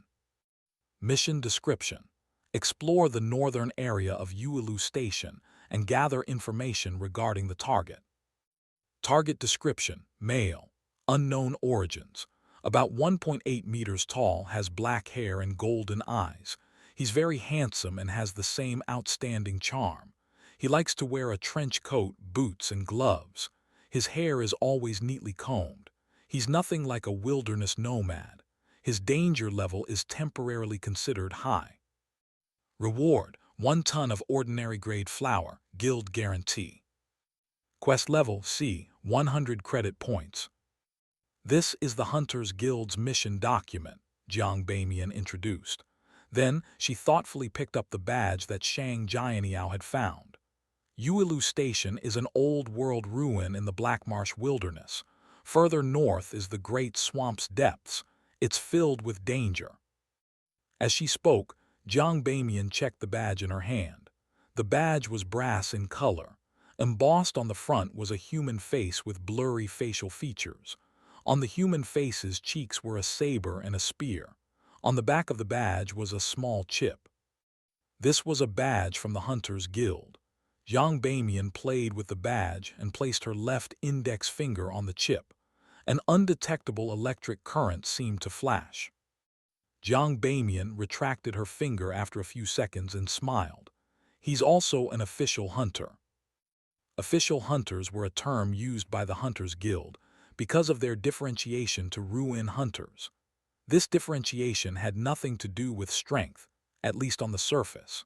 The Hunters Guild relied on so-called credit points. After all, the Hunters Guild was established with the intention of helping everyone exchange information and resources better, not providing them with an opportunity to rise.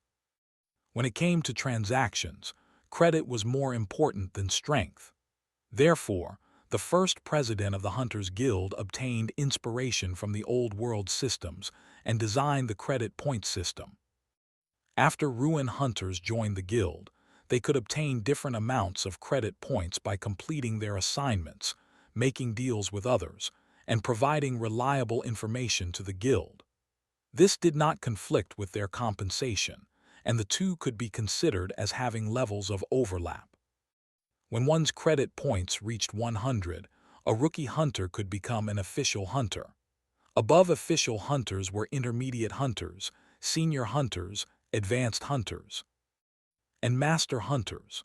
One could only reach these ranks by repeatedly taking missions and carrying out transactions. Of course, if one's rank and credit points were insufficient, one could not accept many missions or carry out many kinds of transactions. Others would not trust the person in question unless one or a few highly credible hunters could vouch for them. Therefore, it was not unacceptable for a rookie hunter to be stronger than an advanced hunter or a master hunter.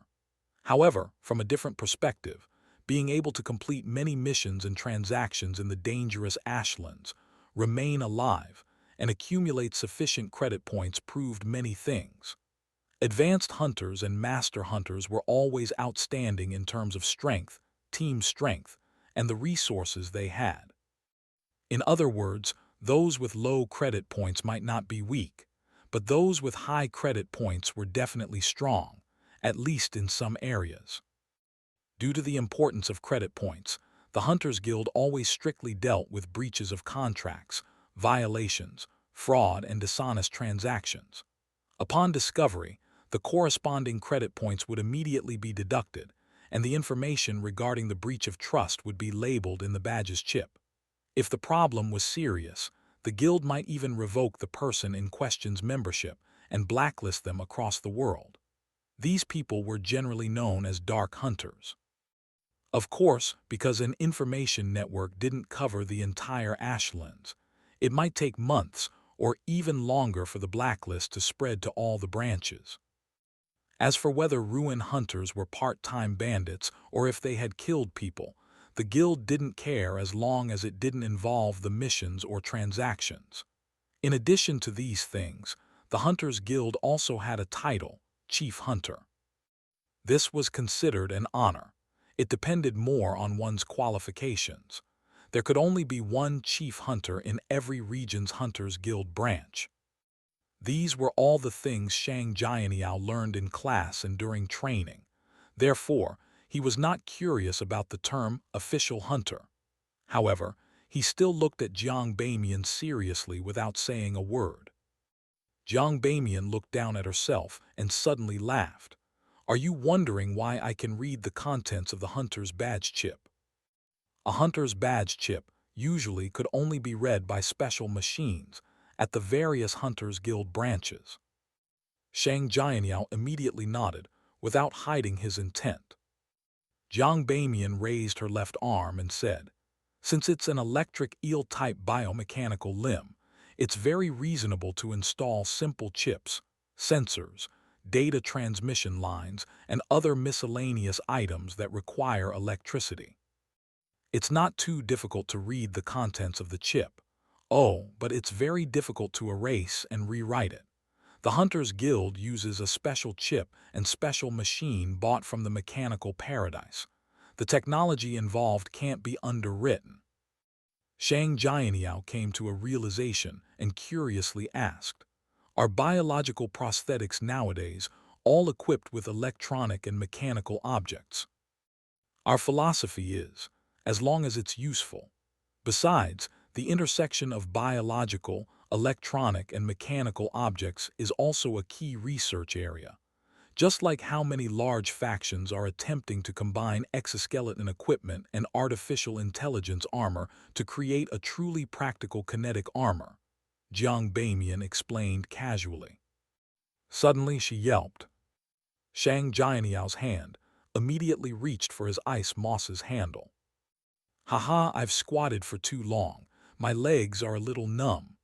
Jiang Bamian stood up in embarrassment and flexed her legs. Her ponytail shook behind her. After Shang Jianyao stood up, she said, "This mission is a little strange. Gathering information on a specific person in the Black Marsh wilderness is like casting a net into the sea to capture a specific fish." Shang Jianyao quickly asked, "Have you seen the sea?" "That's not the point," Jiang Bamian spat. "At least I've seen a real lake. The sea should be much wider than that." Shang Jianyao ignored Jiang Bamian's answer and continued discussing the previous topic. Maybe this mission isn't just issued to one hunter.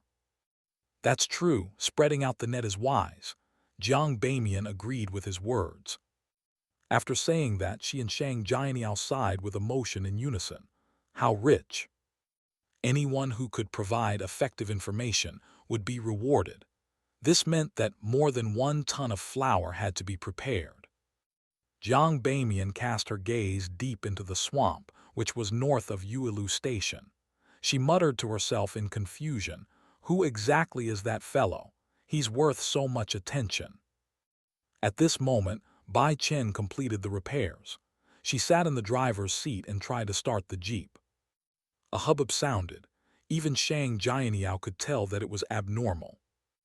Bai Chen stuck her head out of the window and shouted at Jiang Bamian. "It was damaged in the back, as well as in many places. I can barely drive it now, but it can't go fast. Besides, I'm not sure when it will completely break down." "Can't you fix it?" Jiang Bamian asked solemnly. Bai Chen shook her head. "I can, but we lack key components. Team leader, I remember there's a nomad settlement in the wilderness not far away. We only need 2 to 3 hours to reach it. Why don't we take a detour and go there to see if we can exchange for what we need? Even if the jeep breaks down halfway, I can still rush over on that motorcycle and come back." She pointed at the relatively intact heavy motorcycle. The other motorcycle had been destroyed in the previous explosion, leaving behind only a pile of scrap metal. Jiang Bamian thought for 2 seconds before saying, "All right." Bai Chen and Shang Jianyao immediately checked the other 2 corpses and finally obtained a slightly damaged heavy motorcycle, 2 mini submachine guns, some submachine gun rounds, some useful components from the motorcycle remains, half a loaf of bread, and a few tobacco leaves that had been rolled into cigarettes. They also obtained a Storm submachine gun from the muscular man who died. Long Yuihong put on the exoskeleton and carried the light machine guns back. Jiang Bamian identified them and happily said, "These 3 submachine guns use 9 rounds, the most common type. We've prepared a lot of them." She then looked at the light machine gun and sighed regretfully. 7.92 bullets.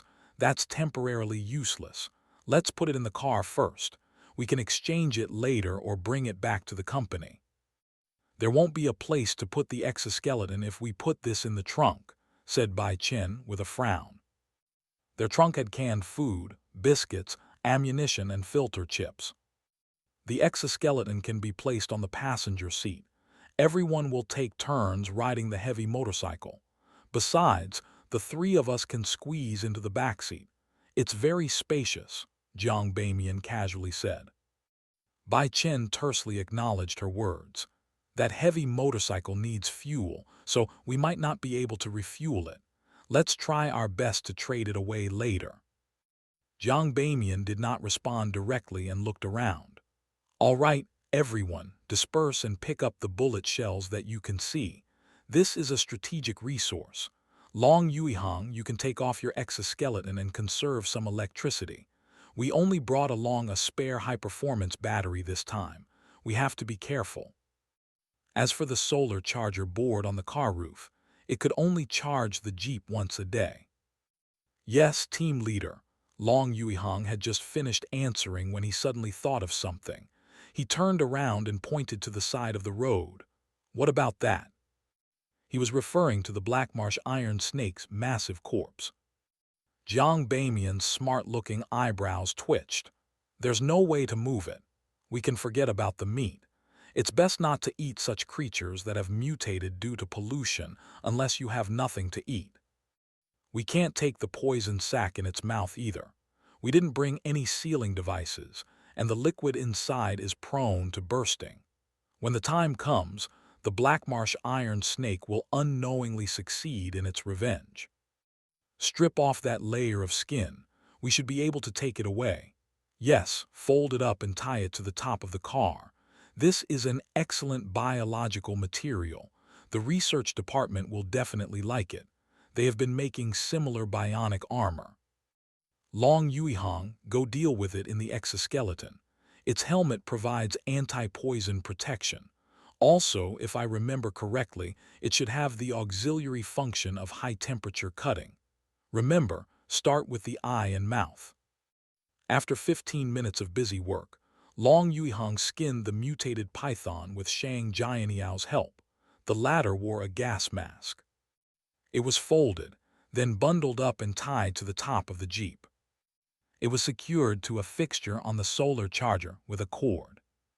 Phew, it's settled. Jiang Bamian clapped her hands and watched Long Yuihang and Shang Jianyao put the exoskeleton on the passenger seat. How are we going to deal with this? She pointed at the three corpses not far away. Are we going to strip them of their clothes? Clothes were also a form of currency in the Ashlands, only slightly inferior to food and firearms. Before Bai Chen and Long Yuihang could give their opinions, Shang Jianyao spoke first with a serious expression. Let's throw them into the swamp.